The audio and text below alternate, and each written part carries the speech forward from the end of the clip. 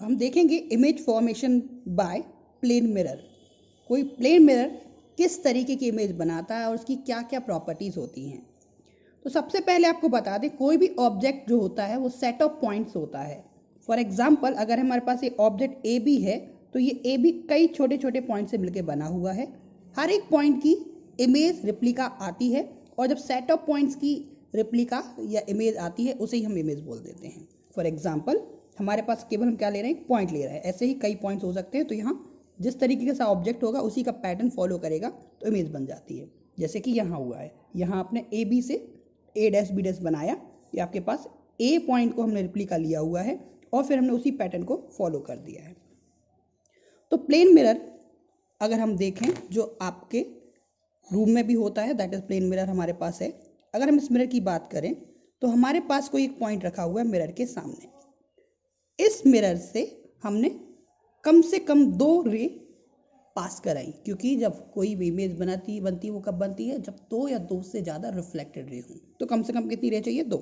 तो हमारे पास यहाँ से पॉइंट, इसको नाम दे देते हैं पॉइंट ओ को।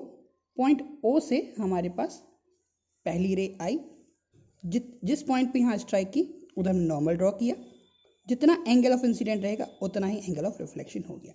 सेम टू सेम यहाँ second point I, normal, reflected ray, ऐसी कई रे आती हैं। अब ये रे आगे जाके और ये रे आगे जाके कहीं भी इंटरसेक्ट नहीं करने वाली, मतलब यहाँ एक्चुअली इंटरसेक्शन तो नहीं होने वाला। तो ये रे कहाँ जाएंगी, पीछे ड्रॉ किया तो हमें इमेज फॉर्म होगी। इमेज का नाम दे दिया हमने ओ डैश। अब हम देखते हैं प्रॉपर्टीज, जो इमेज बन रही है वो किस तरीके से बनेगी। तो सबसे पहले जो इमेज बन रही है, that image is totally virtual and erect. जब भी कोई वर्चुअल इमेज बनती है वो कब बनती है, जब अपीयर टू इंटरसेक्ट होती है। तो यहाँ हमने देखा अपीयर टू इंटरसेक्शन हो रहा है। और जो वर्चुअल इमेज होती है वो हमेशा कैसी होती है, erect in nature. Point number 2, plane mirror से जो ऑब्जेक्ट बनते हैं, जो इमेज बनती हैं, वो हमेशा size of image is equal to size of object, मतलब इनकी इमेज की साइज ऑब्जेक्ट की साइज के हमेशा और हमेशा इक्वल होगी। अगर हम बात करें मैग्निफिकेशन की, तो मैग्निफिकेशन में आपके पास होता है size of image upon size of object. अगर size of image size of object के इक्वल है तो दोनों का आंसर कितना आ जाएगा, HI upon HO is equal to 1, that is magnification is 1। तो प्लेन मिरर का मैग्निफिकेशन कितना होता है, 1। और इमेज कैसी है, वर्चुअल, तो वर्चुअल के लिए मैग्निफिकेशन क्या होता है, पॉजिटिव। तो magnification for plane mirror is always and always +1। Distance of object from mirror is always equal to distance of image, मतलब कि मिरर के जितने आगे ऑब्जेक्ट रखा होगा उतने ही पीछे मिरर में इमेज बनेगी। नेक्स्ट पॉइंट, हम सब जानते हैं, बचपन से इसको पढ़ते आए हुए हैं, that image is literally inverted. मतलब कि लिटरली इन्वर्जन का मतलब ये होता है कि अगर आप अपना इमेज मिरर, प्लेन मिरर में देखते हैं तो आपका left hand that is equal to right hand and right hand is equal to left hand, that is called literally inversion. अब अगर हम बात करें कि अगर हमें अपनी पूरी इमेज मिरर में देखनी है तो मिरर की साइज एक्चुअल कितनी होनी चाहिए, मिनिमम साइज कितनी होनी चाहिए, तो minimum height of mirror should be height of object upon 2 for full image capture. अगर हम इंसिडेंट रे को कांस्टेंट रखते हुए मिरर को थीटा डिग्री रोटेट्स कर दें तो इमेज कितनी डिग्री रोटेट हो जाएगी। आपको पता होगा जब हम मिरर रखते हैं, मिरर के सामने अगर हम खड़े हुए हैं तो सीधा हमें इमेज दिखती है, लेकिन अगर मिरर के हम लेफ्ट हैंड साइड खड़े हुए हैं तो जो व्यक्ति राइट हैंड साइड खड़ा हुआ है उसको हमारी इमेज दिखाई देती है। बट अगर हम जो कि इंसिडेंट रे थे, हम वहीं खड़े रहें और मिरर को थोड़ा सा टिल्ट कर दें तो इमेज कहाँ दिखाई देगी, थीटा अगर हमने टिल्ट किया है तो इमेज कितना टिल्ट हो जाएगी, 2 थीटा डिग्री टिल्ट हो जाएगी, रोटेट हो जाएगी।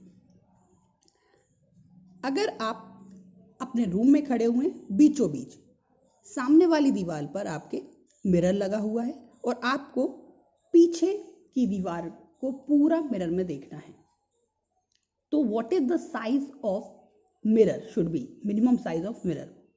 अगर आप मिड पॉइंट पे खड़े हुए हैं तब मिरर की साइज जो होनी चाहिए वो 1/3 times of size of back wall होनी चाहिए। मतलब कि in room if person is standing at mid point and wants to see full image of back wall, then size of mirror should be, minimum size of mirror should be 1/3 into size of back wall.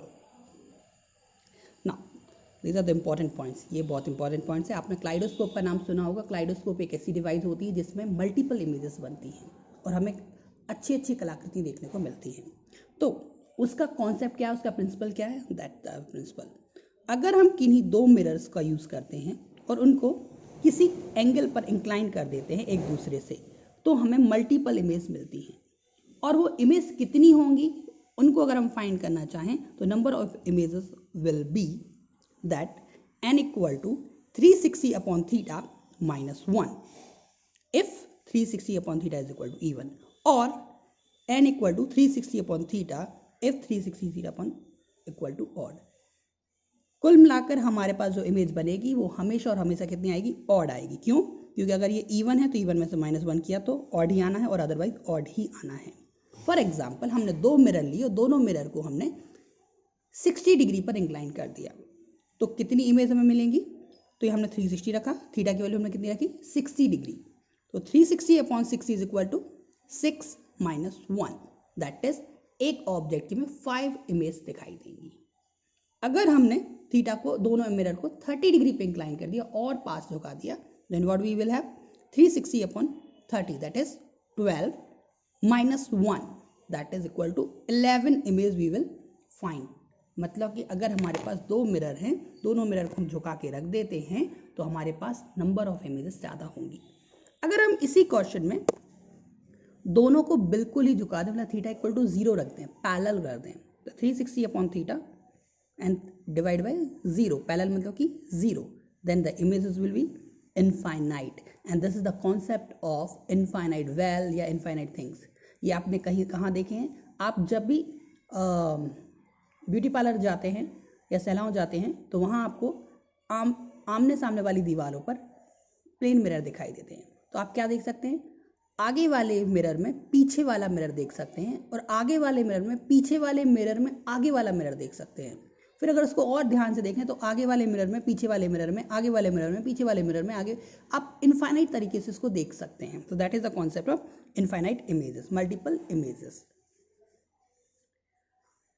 Now अब यहाँ से कुछ और points याद देखते हैं। यहाँ अगर हम एक मिरर रखा हुआ है, एक ऑब्जेक्ट रखा हुआ है और इमेज हमें मिल रही है। अब अगर हम मिरर को फिक्स रखते हैं, जहाँ रखा हुआ है वहाँ रखने दें, और ऑब्जेक्ट को डी डिस्टेंस अवे कर देते हैं, डी डिस्टेंस पीछे कर देते हैं, then we will find image जो है वो भी डी डिस्टेंस पीछे चली जाएगी। अब सेकंड केस में हम क्या करते हैं? ऑब्जेक्ट को फिक्स रखते हैं और मिरर को डी डिस्टेंस पीछे लेके जाते हैं ऑब्जेक्ट से, देन वी विल फाइंड जो इमेज है वो 2D डिस्टेंस पीछे चली जाएगी। थर्ड केस, अब हम ऑब्जेक्ट और मिरर दोनों को ही फिक्स नहीं रखते हैं। ऑब्जेक्ट को डी डिस्टेंस पीछे लेके गए और मिरर को भी डी डिस्टेंस पीछे ले गए, opposite to each other, then we will find the image will displace by 3D distance. Okay, अकेले मिरर को लेके, अकेले ऑब्जेक्ट को फिक्स रोटेट किया डी तो इमेज भी डी, मिरर को डी किया तो इमेज 2D, और दोनों को डी किया तो answer 3D। Now on the thick mirrors multiple images form. आपने देखा होगा आपके घर में जो मिरर होता है, अगर उसमें आप अपनी फिंगर्स को पास लेके जाएं और ध्यान से देखें तो उसकी आपको मल्टीपल इमेजेस दिखाई देंगी, क्योंकि वो क्या है? थिक मिरर है। It means theta equal to 0, कई मिरर, दो मिरर का एक कॉम्बिनेशन, या थीटा इक्वल टू 0, तो इनफाइनाइट इमेज आपको देखने को मिलती हैं। Now when light rays falls perpendicular to plane mirror, then in this case the ray will move from the same path because angle of incident is equal to angle of reflection equal to 0। अगर हमारे पास plane mirror है, कोई light ray perpendicular to plane mirror आ रही है तो उसी path से वापस चली जाएगी, यहाँ आई और यहीं चली गई। क्यों? क्योंकि यहाँ से हम देखें नॉर्मल भी हमारे पास यही है, तो नॉर्मल और इंसिडेंट रे के बीच एंगल कितना हो गया? 0। जब इंसिडेंट एंगल 0 है तो रिफ्लेक्टेड एंगल भी क्या होगा 0, लॉज ऑफ रिफ्लेक्शन, तो जहाँ से आएगी वहीं वापस चली आएगी. That was the some properties of image formation by plane mirror.